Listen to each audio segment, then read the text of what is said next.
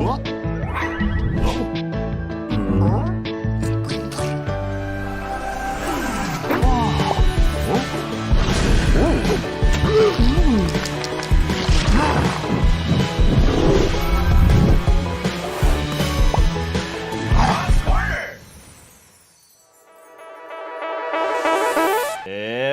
going on, Conquistadors? Welcome to Conk's Corner, where I read Harry Potter every single day for the first time ever. I've never read it. This guy's never read it. This dog has never read the books before either or heard them, so he's quite excited to see what happens.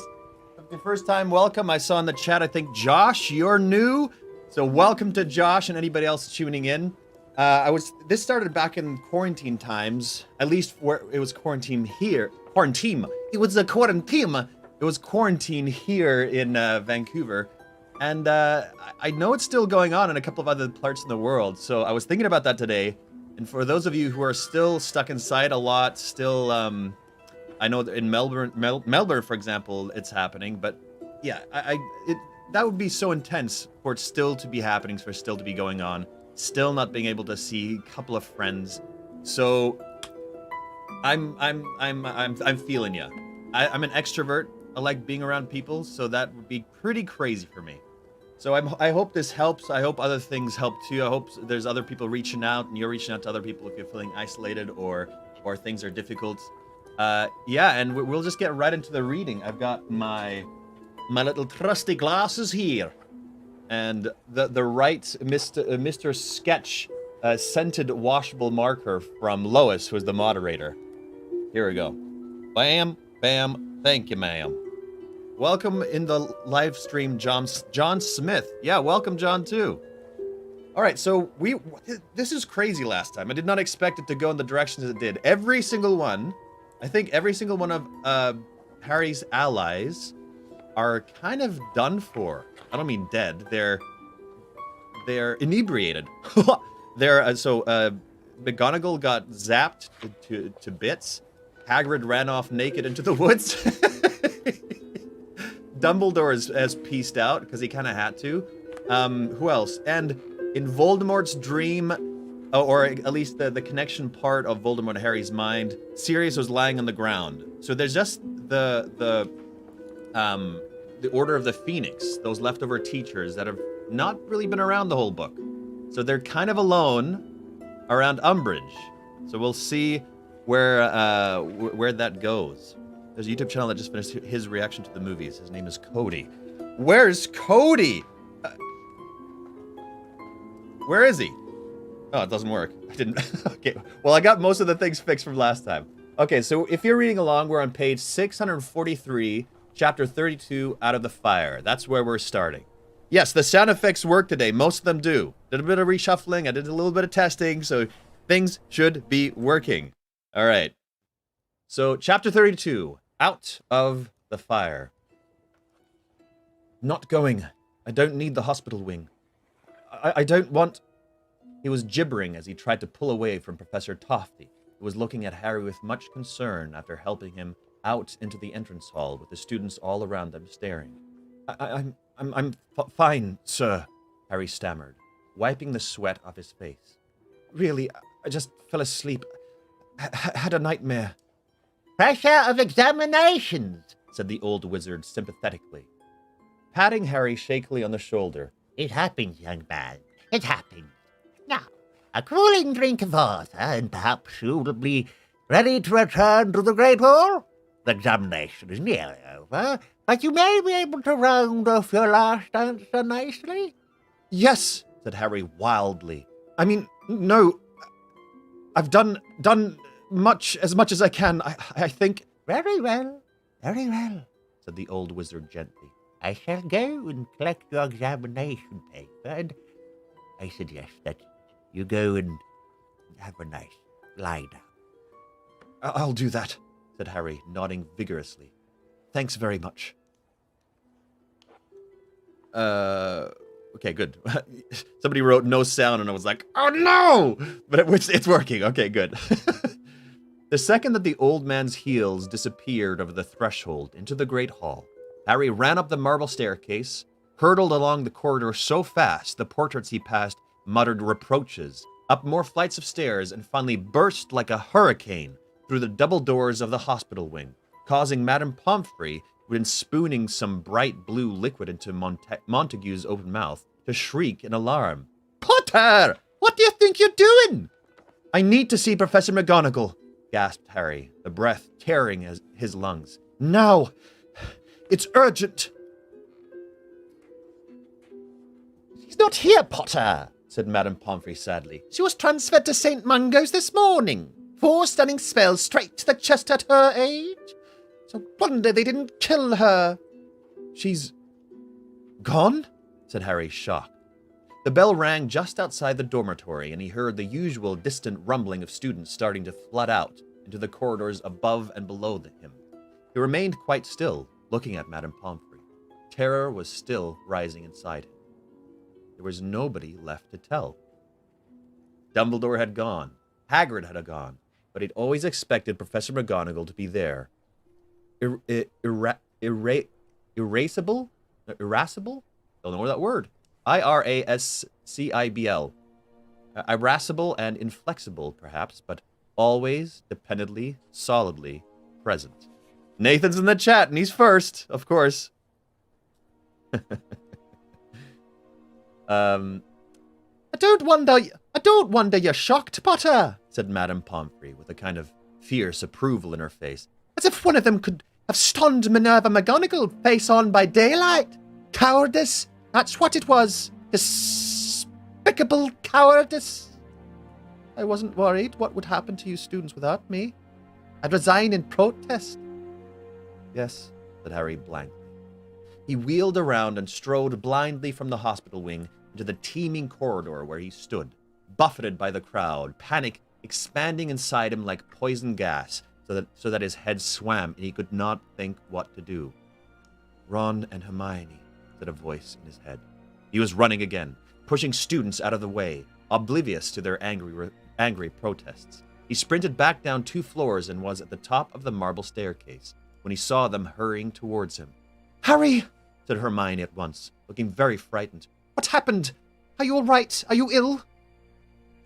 "Where have you been?" demanded Ron. "Come with me," Harry said quickly. "Come on. I've got to tell you something." He led them along the first-floor corridor, peering through doorways, and at last found an empty classroom into which he dived, closing the door behind Ron and Hermione the moment they were inside, and leaned against it, facing them. "Voldemort's got Sirius." "What?" "How'd you—" I saw it, just now, when I fell asleep in the exam." But where? How?" said Hermione, whose face was white. I don't know how," said Harry, "but I know exactly where. There's a room in the Department of Mysteries full of shelves covered in those little glass bowls, and they're at the end of the row 97. He's trying to use Sirius to get whatever it is he wants from in there. He's torturing him. Says he'll end by killing him." Harry found his voice was shaking, as were his knees. He moved over to a desk and sat down on it, trying to muster himself. I believe that's the one he said with his dad on a dentist chair. Yeah, that's my dad up here. My dad found a dentist chair just on the street in Greece when he was actually younger than me. Also, wait.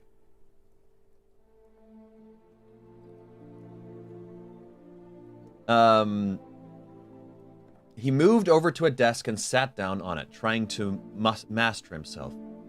How are we going to get there?" he asked them. There was a moment's silence. Then Ron said, "Get there? Get to the Department of Mysteries, so we can rescue Sirius," Harry said loudly. "But, Harry," said Ron weakly. "What?" "What?" said Harry. He could not understand why they were both gaping at him, as though he was asking them something unreasonable. "Harry," said Hermione in a rather frightened voice. How did Voldemort get into the Ministry of Magic without anybody realizing he was there?" "How do I know?" bellowed Harry. "The question is how we're going to get in there." "But, Harry, think about this," said Hermione, taking a step towards him. "It's 5 o'clock in the afternoon. The Ministry of Magic must be full of workers. How would Voldemort and Sirius have got in without being seen? Harry, they're probably the two most wanted wizards in the world. You think they could get into a building full of auras undetected? I don't know. Voldemort used an invisibility cloak or something, Harry shouted. Anyway, the Department of Mysteries has always been completely empty whenever I've been... You've never been there, Harry, said Hermione quietly. You've dreamed about the place. That's all. Huh? Wait, what? I thought he was there. Wasn't he there? What? No, he was in the building, but he was never in the Department of Mysteries. Right. Right.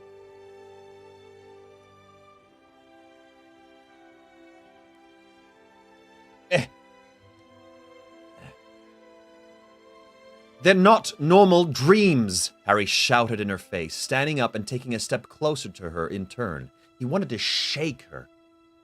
How do you explain Ron's dad, then? What was that all about? How come I knew what had happened to him? He's got a point, said Ron quietly, looking at Hermione. But this is just so unlikely, said Hermione desperately. Harry, how on earth could Voldemort have got hold of Sirius when he's been in Grimmauld Place all the time? Sirius might have cracked and just wanted some fresh air. Oh, no, sorry, this is Ron. Sirius might have cracked and just wanted some fresh air, said Ron, sounding worried. He's been desperate to get out of that house for ages. But why? Hermione persisted.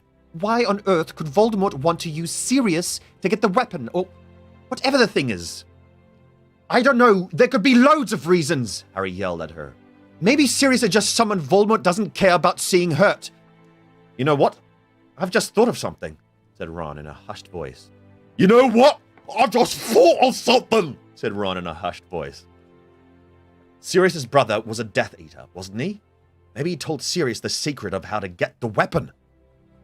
Yeah, and that's why Dumbledore's been so keen to keep Sirius locked up all the time, said Harry. Look, I'm sorry, cried Hermione.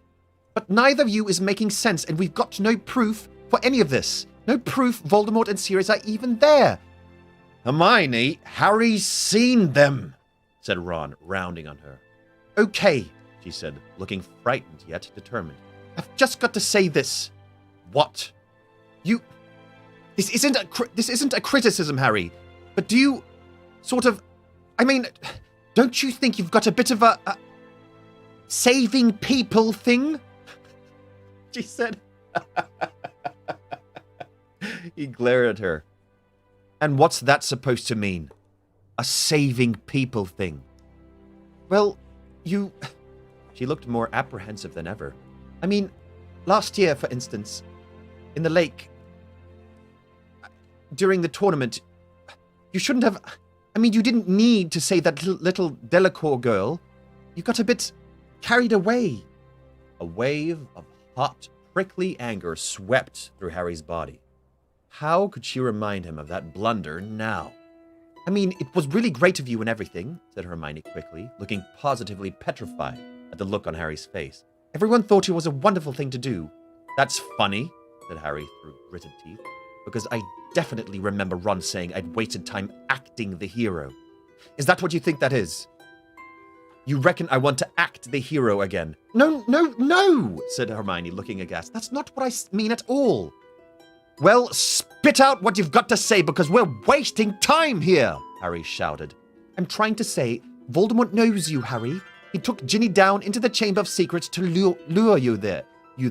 It's the kind of thing he does. He knows you're the sort of person who'd go to Sirius's aid. What if he's just trying to get you into the Department of Hermione, it doesn't matter if he's done it to get me there or not. They've taken McGonagall to St. Mungo's. There isn't anyone from the Order left at Hogwarts who we can tell, and if we don't go, Sirius is dead. But Harry, what if your dream was just that? A dream? Harry let out a roar of frustration. Hermione actually stepped back from him, looking alarmed. You don't get it! Harry shouted at her. I'm not having nightmares. I'm not just dreaming. What do you think all the occlumency was for? Why do you think Dumbledore wanted me prevented from seeing those things? Because they're real, Hermione. Sirius is trapped. I've seen him. Voldemort's got him, and no one else knows. And that means we're the only ones who can save him. And if you don't want to do it, fine. But I'm going. Understand? And if I remember rightly, you didn't have a problem with my saving people thing when it was you I was saving from the Dementors, or, he rounded on Ron, when it was your sister I was saving from the Basilisk. I never said I had a problem, said Ron heatedly. Man, this is an intense scene. But Harry, you've just said it, said Hermione fiercely. Dumbledore wanted you to learn to shut those things out of your mind. If you'd done occlumency properly, you'd never have seen this. If you think I'm just going to act like I haven't seen, Sirius told you there was nothing more important than you learning to close your mind. Well, I expect he'd say something different if he knew what I just... The classroom door opened. Harry, Ron, and Hermione whipped around. Ginny walked in, looking curious, closely followed by Luna, who as usual looked as though she had drifted in accidentally. Oh man, that was such an intense little scene, eh? Okay. Hi, said Ginny uncertainly. We recognized Harry's voice. What are you yelling about? Never you mind, said Harry roughly. Ginny raised her eyebrows.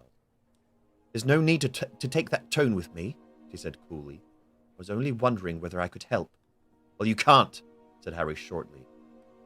You're being rather rude, you know, said Luna serenely. Harry swore and turned away.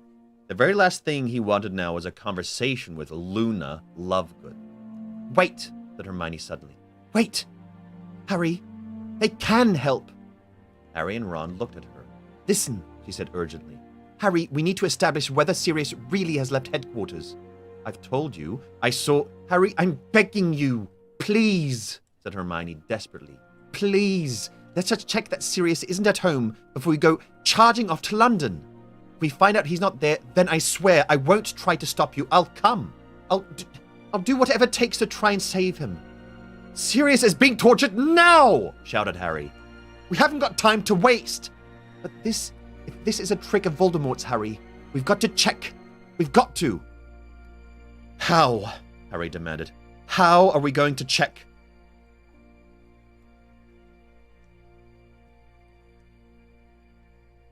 Harry Potter and all the yelling. Yeah, pretty much, eh? The yelly scene. We'll have to use Umbridge's fire and see if we can contact him, said Hermione, who looked positively terrified at the thought. Oh, what a plan, what a plan, what a plan. I might have actually spit on the lens. Yeah, no, it doesn't look like it, but I can see little droplets of spit on the lens. It'll basically be just Conk's Corner will be me spitting on everything. Okay. We'll draw Umbridge away again, but we'll need lookouts. And that's where we can use Ginny and Luna. Though clearly struggling to understand what was going on, Ginny said immediately, yeah, we'll do it. And Luna said, When you say Sirius, are you talking about Stubby Boardman? What? Stubby Boardman? What is she talking about? What?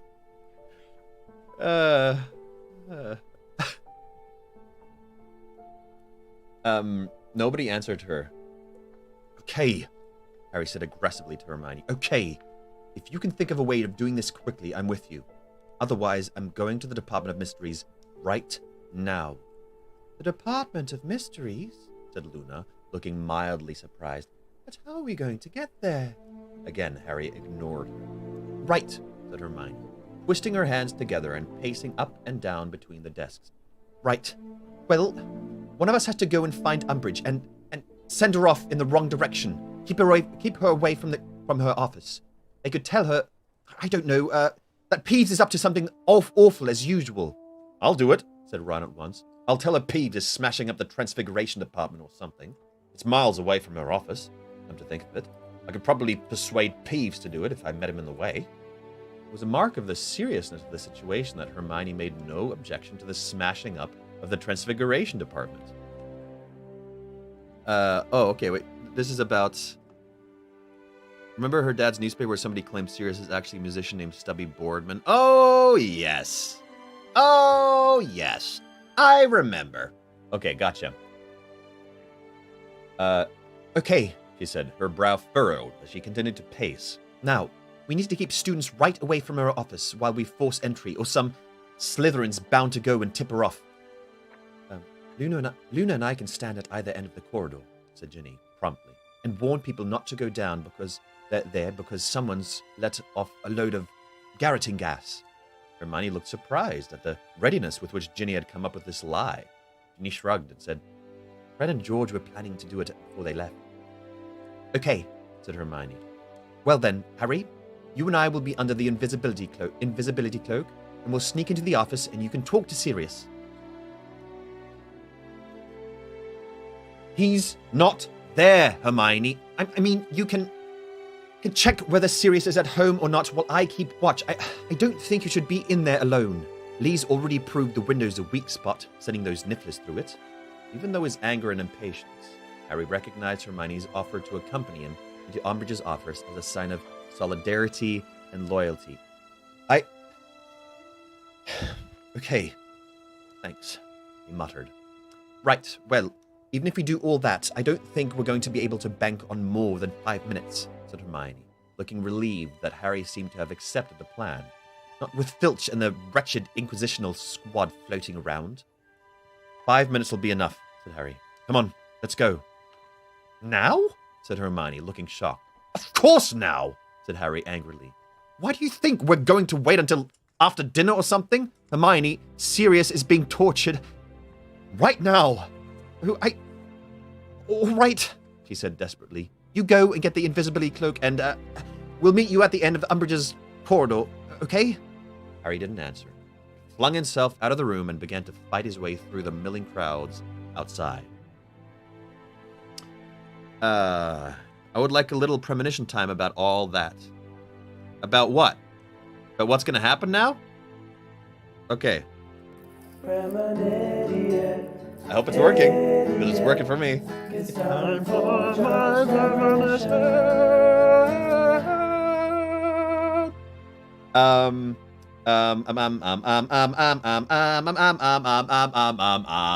Okay, I think that, here's my premonition. Voldemort has definitely got Sirius. Voldemort definitely has Sirius, but he doesn't have him at that location. I think he has him, but he's using the location to draw Harry away from something. So, yeah. So he has him. He's going to draw Harry away from the location. And, well, going through the fire... Maybe they'll find Sirius through the fire and find his actual location. Yeah, that's what'll happen. It works. Great. Music vibe transformation. That's true. Okay.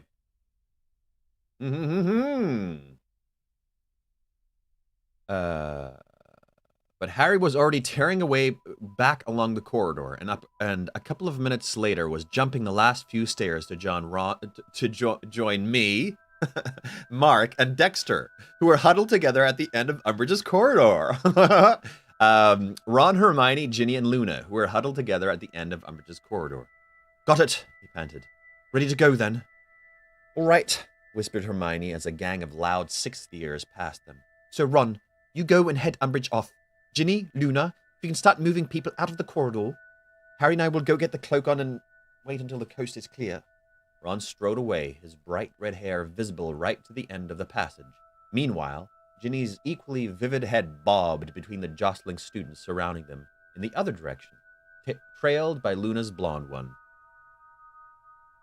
Get over here, muttered Hermione, tugging at Harry's wrist and pulling him back into a recess where the ugly stone head of a medieval wizard stood muttering to itself on a column. I'm stuck here for years. I'm not getting away, but we might as well have a fun time. Oh, look at that wall. It's got about 50 bricks in it. Oh, that one's a slight grey. That one's a slight brown.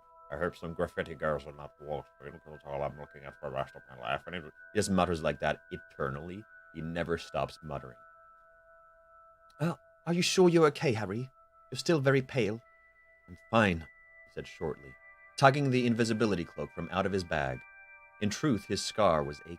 but not so badly that he thought Voldemort had yet dealt Sirius a fatal blow. It had hurt much worse than this, when Voldemort had been punishing Avery.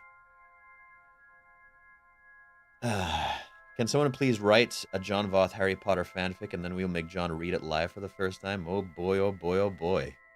That would be funny. I'd read it. Sorry, where were we? All right. Here, he said. He threw the invisibility cloak over both of them, and they stood listening carefully over the Latin mumblings of the bust in front of them. Oh, Latin. Excellent. I can't even. I don't know any words in Latin at all. Aren't like all bugs originally Latin words? Yeah, probably spider, ant. Okay. You can't come down. You can't come down here. Ginny was calling to the crowd. No, sorry. You're going to have to go round by the swiveling staircase. Someone's let off garroting gas just along there, here. You could hear people complaining. Oh, I want to go down that hallway. I want to go down this hallway. Well, I can't go down there. Let's go around here. One surly voice said, I can't see no gas. That's because it's colorless, said Ginny, in a convincing, exasperated voice. But if you want to walk through it, carry on. Then we'll have your body as proof for the next idiot who doesn't believe it. Slowly, the crowd thinned. The news about the garroting gas seemed to have spread. People were not coming this way anymore. When at last the surrounding area was quite clear, Hermione said quietly, I think that's as good as we're going to get, Harry. Come on, let's do it. The stress on garroting gas is in the second syllable. Garroting gas. You gotcha. Sassy Ginny. Yeah, it's true. They moved forwards, covered by the cloak. Luna was standing with her back to them at the far end of the corridor. As they passed Ginny, Hermione whispered, Good one. Don't forget the signal. I'm I almost don't even want to stop. This is good tense build up of tension, and it's got some drive to it. It's great. Because, not a lot of this book has drive. I like this book a lot, but it doesn't have tons of drive. And now it's getting into that crackly part of the book. What's the signal? Muttered Harry, as they approached Umbridge's door. A loud chorus of Weasley is our king if they see Umbridge coming. Boo! Go on, get out of here! Boo! You suck! Get off the Umbridge, stage! more like Dumbridge. Replied Hermione, as Harry inserted the blade of Sirius's knife in the crack between door and wall. Umbridge, more like Dumbridge. The lock clicked open and they entered the office. The garish kittens were basking in the late afternoon sunshine that was... Oh, wait, 1 second. Let's get the pinkish light on. That's her office, right? The garish kittens were basking in the late afternoon sunshine that was warming their plates, but otherwise, the office was as still and unoccupied as last time. Hermione breathed a sigh of relief. Thought she might have added extra security after the second Nifla. They pulled off the cloak. Hermione hurried over to the window and stood out of sight, peering down into the ground with her wand out. Harry dashed over to the fireplace, seized the pot of blue powder, and threw a pinch into the grate, causing emerald flames to burst into life there. He knelt down quickly, thrust his head into the dancing fire, and burned to shit. The end.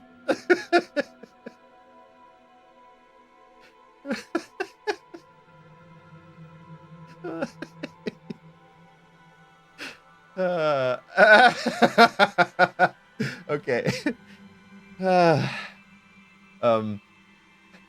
Thrust his head to the dancing fire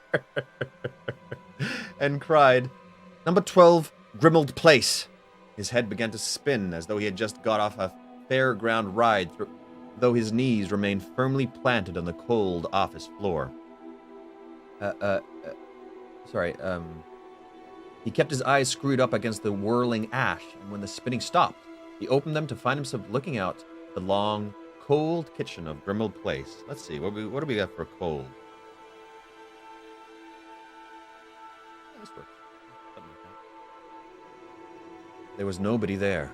He had expected this, yet was not prepared for the molten... Actually, just like the room more. He expected this, yet was not prepared for the molten wave of dread and panic that seemed to burst through his stomach at the sight of the deserted room. "Sirius!" he shouted. "Sirius, are you there?" I'd give it 2 stars.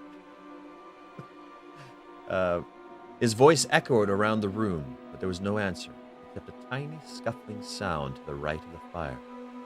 "Who's there?" he called, wondering whether it was just a mouse. Creature, the house elf, crept into view.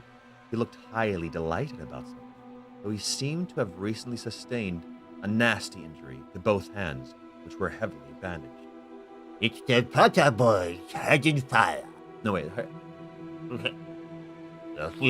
His voice is down here. He's a frog, like he's like a frog, right? Oh, man. Yeah. Yeah. There we go. Music too loud. Yeah, I was feeling that too.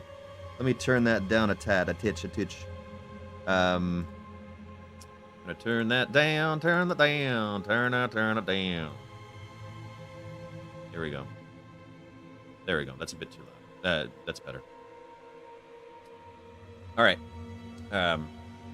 It's the Potter boy's head in the fire. Creature informed the empty kitchen, stealing furtive, oddly triumphant glances at Harry. What has he come here for? Creature wonders. "Where's Sirius, creature?" Harry demanded. The house elf gave a wheezy chuckle. Master has gone out, Harry Potter. "Where's he gone? Where's he gone, creature?" Creature merely crackled. "I'm warning you," said Harry, fully aware that his scope for inflicting punishment upon Creature was almost non-existent in this position. "What about Lupin? Mad Eye? Are any of them there?"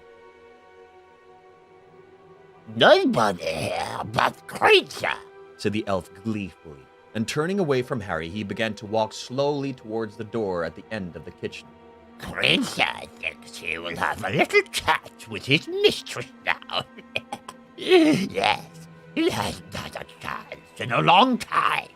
Creature's master has been keeping him away from her. "Where has Sirius gone?" Harry yelled after the elf. "Creature! Has he gone to the Department of Mysteries?" Creature stopped in his tracks. Harry could just make out the back of his bald head through the forest of chair legs before him. Master does not tell poor Creature where he is going, said the elf quietly. Rita Skeeter sounds so different. Okay. "But you know," shouted Harry. "Don't you? You know where he is." There was a moment's silence, and the elf let out his loudest cackle yet. Master will have come back from the Department of Mysteries, he said gleefully. Creature and his mistress are alone again. And he scurried forwards and disappeared through the door to the hall. "You!" But before he could utter a single curse or insult, Harry felt a great pain at the top of his head. He inhaled a lot of ash and, choking, found himself being dragged backwards through the flames, until, with a horrible abruptness, he was staring up into the wide, pallid face of Professor Umbridge, who had dragged him backwards out of the fire by the hair, was now bending his neck back as far as it would go, as though she were going to slit his throat. Yikes! Yikes, yikes, yikes, yikes, yikes, yikes, yikes. "You think," she whispered, bending Harry's neck back even further, so he's looking up after the ceiling. Come on. "But after 2 nifflers, I was going to let one more foul, scavenging little creature enter my office without my knowledge. I had stealth censoring spells placed all around my doorway after the last one got in, you foolish boy. Take his wand!" She barked at someone he could not see, and he felt a hand grope inside the chest pocket of his robes and remove the wand. "Hers too." Harry heard a scuffle over by the door and knew that Hermione had also just had her wand wrested from her.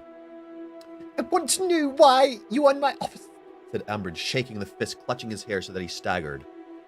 I was trying to get my firebolt, Harry croaked. Liar! She shook his head again. Your firebolt is under strict guard in the dungeons, as you very well know, Potter. Get your head in my fire. With whom have you been communicating? No one, said Harry, trying to pull away from her. He felt several hairs part company with his scalp. Liar! Shouted Umbridge. She threw him from her, and he slammed into the desk. Now he could see Hermione pinioned against the wall by Millicent Bulstrode. Can somebody please remind me again who Millicent is? It's been a while. Can't remember at all. The name sounds familiar, but I cannot remember who it is. Okay. Malfoy was leaning on the windowsill, smirking as he threw Harry's wand into the air one-handed and caught it again.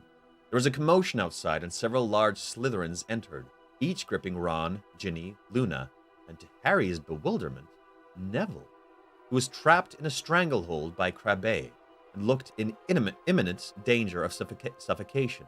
All four of them had been gagged. Warrington. Forget who Warrington was too. Got 'em all, said Warrington, shoving Ron roughly forwards into the room.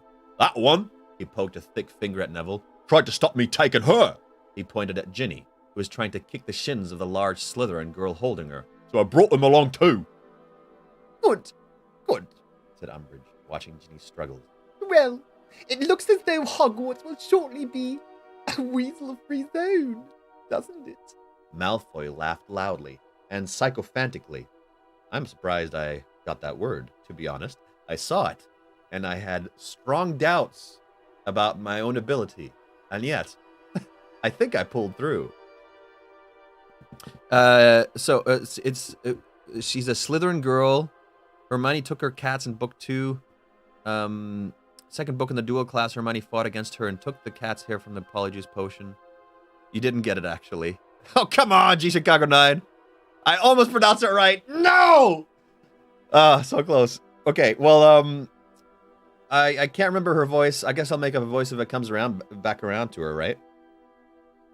Umbridge gave her a wide, complacent smile and settled herself into a chintz-covered armchair, blinking up at her captives like a toad in a flower bed. That's a great description.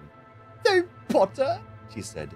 you stationed lookouts around my office, and you sent this buffoon She nodded at Ron. Malfoy laughed even louder. to tell me that the poltergeist was wreaking havoc in the Transfiguration Department when I knew perfectly well that he was busy smearing ink on the eyepieces of all the school telescopes. Mr. Filch, having just informed me so. Clearly, it was very important for you to talk to somebody. Was it Albus Dumbledore? Or the half-breed, Hagrid? I doubt it was Minerva McGonagall. I hear she is still too ill to talk to anyone. Malfoy and a few of the other members of the inquisitorial squad laughed some more at that. Harry found he was so full of rage and hatred, he was shaking. It's none of your business who I talk to, he snarled. Umbridge's slack face seemed to tighten. Very well. She said in her most... Very well. She said in her most dangerous and falsely sweet voice. Very well, Mr. Potter. I offered you the chance to tell me freely. You refused. I have no alternative but to force you. Draco, fetch Professor Snape. Malfoy stowed Harry's wand inside his robes and left the room smirking, but Harry hardly noticed. He had just realized something. He could not believe he had been so stupid as to forget it. He had thought that all the members of the Order, all those who could help him save Sirius, were gone, but he had been wrong. There was still a member of the Order of the Phoenix at Hogwarts. Snape.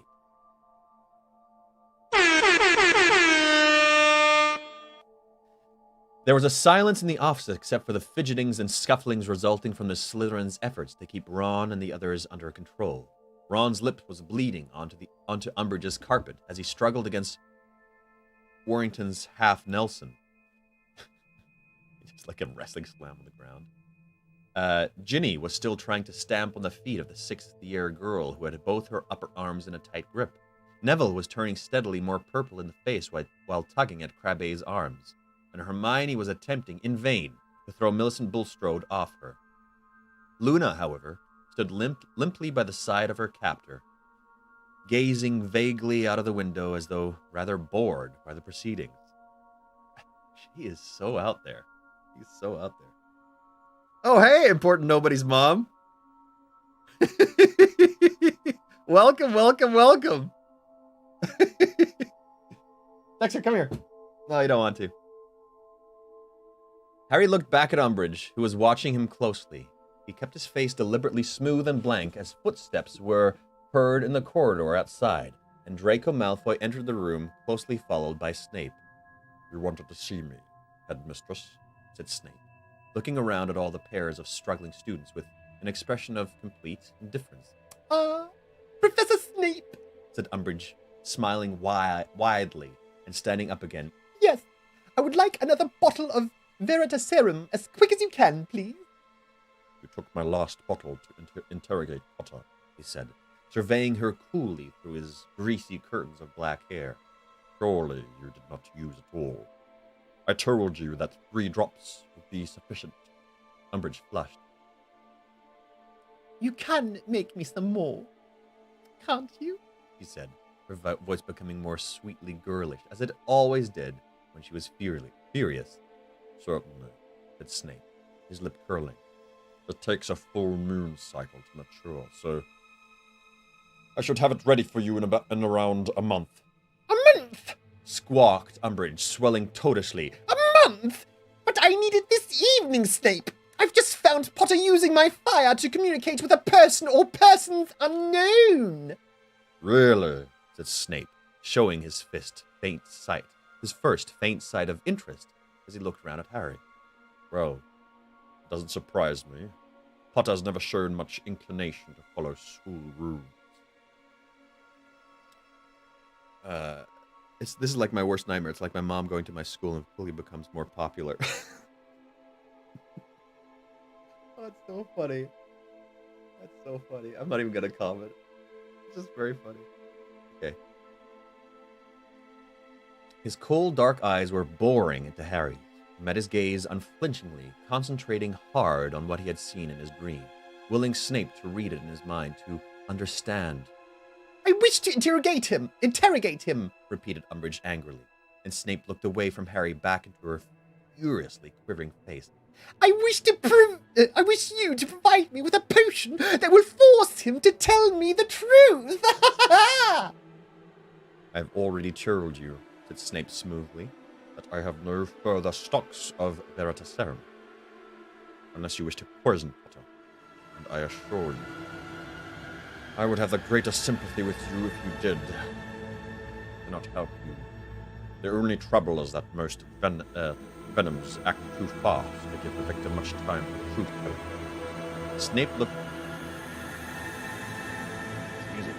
Snape looked back at Harry, who stared at him, frantic to communicate without words.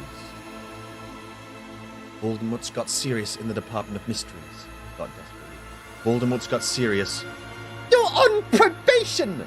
Shrieked Professor Umbridge, and Snape looked back at her, his eyebrows slightly raised.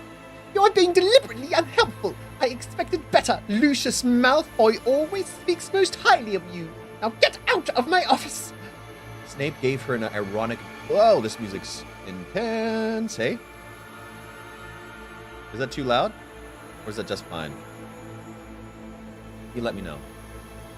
Snape gave her an ironic bow and turned to leave. Oh, yeah, might be a bit too much, eh?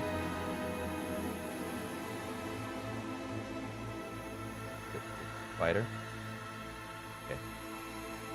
Snape gave an ironic bow and turned to leave. Harry knew his last chance of letting the Order know what was going on was walking out of the door. He's got Padfoot, he shouted. He's got Padfoot at the place where it's hidden. Snape had stopped with his hand on Umbridge's door handle. Padfoot? Cried Professor Umbridge, looking eagerly from Harry to Snape. What is Padfoot? Where was it hidden? What does he mean, Snape? Snape looked around at Harry. His face was inscrutable. Harry could not tell whether he had understood or not, but he did not dare speak more plainly in front of Umbridge. I have no idea, Said Snape coldly. Potter. When I want nonsense shouted at me, I shall give you a babbling devil. And Crabbe, loosen your hold a little. Longbottom suffocates will mean a lot of tedious paperwork, and I am afraid I shall have to mention it on your reference if ever you apply for a job. He closed the door behind him with a snap, leaving Harry in a state of worse turmoil than before. Snape had been his very last hope. He looked at Umbridge, who seemed to be feeling the same way. Her chest was heaving with rage and frustration. Very well. She said, as she pulled out her wand. Very well. I am left with no alternative. This is more than a matter of school discipline. This is an issue of ministry security. Yes. She seemed to be talking herself into something. She was shifting her weight nervously from foot to foot, staring at Harry, beating her wand against her empty palm and breathing heavily. As he watched her, Harry felt horribly powerless without his own wand. You are forcing me, Potter. I do not want to, Said Umbridge, still moving restlessly on the spot. but sometimes circumstances justify the use. I am sure the minister will understand that I had no choice. Malfoy was watching her with a hungry expression on her face. It's really loud. Okay, everybody, thank you. Turning it down. Yeah, there we go. Hopefully that's better. The Cruciatus curse ought to loosen your tongue. Oh, snap! Said Umbridge quietly. No, Shrieked Hermione. Professor Umbridge, it's illegal. But Umbridge took no notice. There was a nasty, eager, excited look on her face that Harry had never seen before. She raised her wand. The minister wouldn't want you to break the law, Professor Umbridge. Cried Hermione. What Cornelius doesn't know won't hurt him. Said Umbridge, who was now panting slightly as she pointed her wand at different parts of Harry's body in turn, apparently trying to decide where it would hurt most. I never knew I ordered Dementors to go after Potter last summer, but he was delighted to be given the chance to expel him all the same. Oh, what? She ordered the Dementors to go after Potter? Oh, so she did that. Whoa, okay. Revelation. Man. Wow. She ordered the Dementors. For what reason, though? Because, yeah, we didn't see her before that, right? So we still don't know why. Why? Because she's working with Voldemort. It was you? Gasped Harry.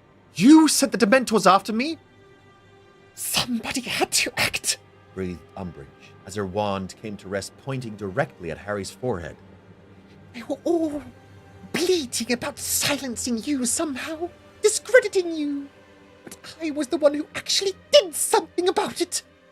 Only you wriggled out of that one, didn't you, Potter? Not today, though. Not now. And taking a deep breath, she cried, Crew! No! Shouted Hermione in a cracked voice from behind Millicent Bulstrode. No, Harry! We'll have to tell her! No way! Yelled Harry, staring at the little of Hermione he could see. We'll have to, Harry. She'll force it out of you anyway. What's the point? And Hermione began to cry weakly into the back of Millicent Bulstrode's robes. Millicent stopped trying to squash her against the wall immediately and dodged out of her way, looking disgusted. Well, Said Umbridge, looking triumphant. little Miss Question All is going to give us some answers. Come on, then. Yeah. Come on! I only know! Shouted Ron through his gag. Ginny was staring at... Oh, this is so intense! Man, Ginny was staring at Hermione as though she had never seen her before. Neville, still choking for breath, was gazing at her too. But Harry had just noticed something. Though Hermione was sobbing desperately into her hands, there was no trace of a tear. Oh, snap. Hermione! Hermione! I'm sorry, everyone, said Hermione. I can't stand it. That's right, girl, said Umbridge, seizing Hermione by the shoulders, thrusting her into the abandoned chintz chair and leaning over her. Now then, with whom was Potter communicating just now? Well, gulped Hermione into her hands. Well, he was trying to speak to Professor Dumbledore. Ron froze, his eyes wide.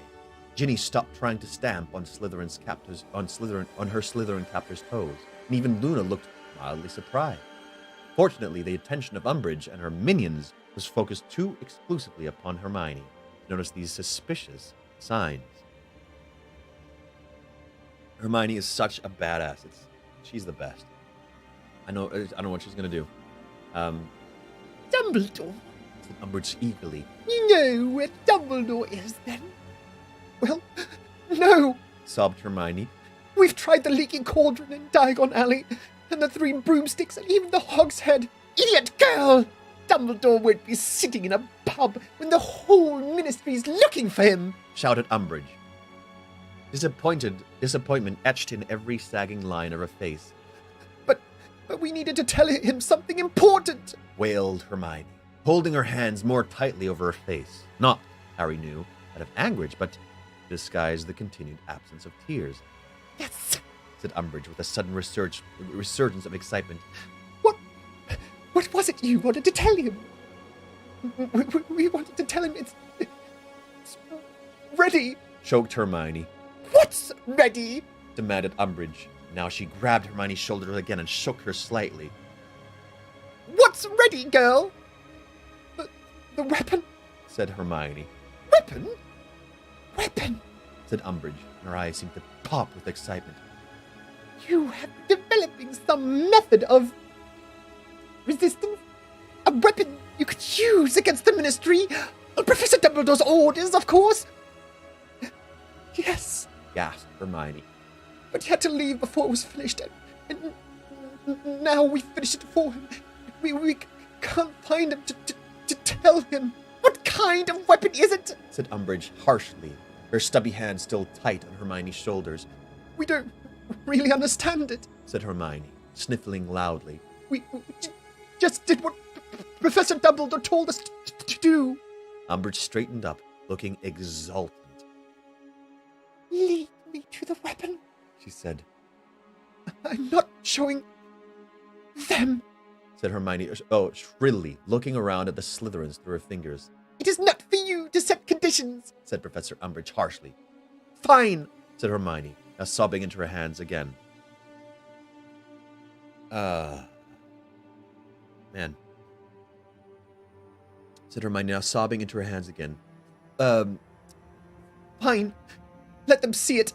I hope they use it on you. In fact, I wish you'd invite loads and loads of people to come and see. That would serve you right. Oh, I'd love it if the whole school knew where it was and how to use it. And then if you annoy any of them, they'll be able to sort you out. These words had a powerful impact on Umbridge. She glanced swiftly and suspiciously around her at the inquisitorial squad, her bulging eyes resting for a moment on Malfoy. He was too slow to disguise the look of eagerness and greed that appeared on his face. Umbridge contemplated Hermione for another long moment, and spoke in what she clearly thought was a motherly voice. All right, dear.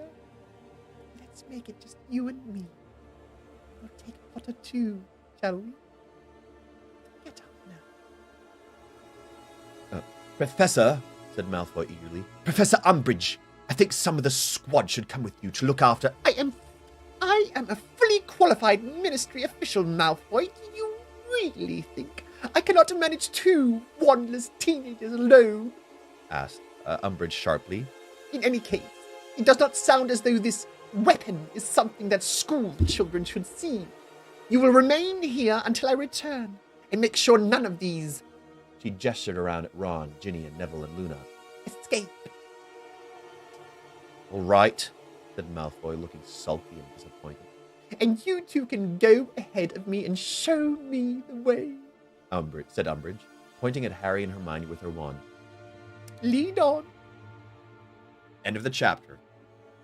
And we're 4 minutes away from end of 7 o'clock. Man, what a chapter! That was a good time. I had a good time with that one. That was that was just pure intensity the whole way through. It is on a track, and it's not going to stop. In this scene, Hermione could also be a Slytherin. Hermione's clearly a Ravenclaw. No discussion about it. We'll have a Dex cam and a Mark cam. Zoom reading, I'm telling you. Oh man, that was. Hermione is just the best. That's why she's one of my favorite characters. Hermione and Hagrid. She's consistently killing it. She's consistently, slapping Malfoy in the mouth, deceiving Umbridge in just the right way. She just knows exactly. She's playing into Umbridge's desires, and she also has enough consciousness in that moment to think about making the other students not come along. Man, she's just great. She's great. She's awesome. I love her. So good. Choo choo to Drama Town. Premonition, what's Hermione got up her sleeve? I'm going to turn this music off for a second. We don't know all that intense music. I think she's going to lead them into the bathrooms and flush them all down the toilet. When you gotta go, it's toilet time. It's toilet time. Yeah, that's what she's gonna do. She's gonna flush Umbridge down the toilet where she belongs. Because she's a piece of poop. Umbridge is a piece of poop. Oh, no sound? Again? What? What's going on? We just tested that. Oh, well, I'm gonna figure it out. No sound? Okay, well, friends, I'm excited. Well, we got a lot of book left, because the first book was probably just a bit longer than what we have left here. Well, it's probably like half of the first book that we still have left. Yeah. So we still got a whole bunch of book left. I heard it, I had sound. It looks like just the one of you had problems with no sound. It was a joke, people. Barbara. Come on, Barbara. Come on. Hey, Dexy, come here. Nah, he doesn't want to. Okay, friends. We'll be back tomorrow. No, sorry. We will not be back on Wednesday. I cannot tomorrow. So we'll be back on Thursday. Thursday we'll be back, and we'll continue on with where we left off. The next chapter is called, let's see. What's the next chapter called? It is called Fight and Flight. Hell yeah. There's going to be a lot of fighting and flighting. Oh, yeah. I'm excited. That was a fantastic chapter. A lot of good scene work. People with different emotions getting at each other. Tons of descriptions. Amped up action. It was great. All right, friends. See you tomorrow. Have a wonderful day. Love you all. And catch you on the flip side.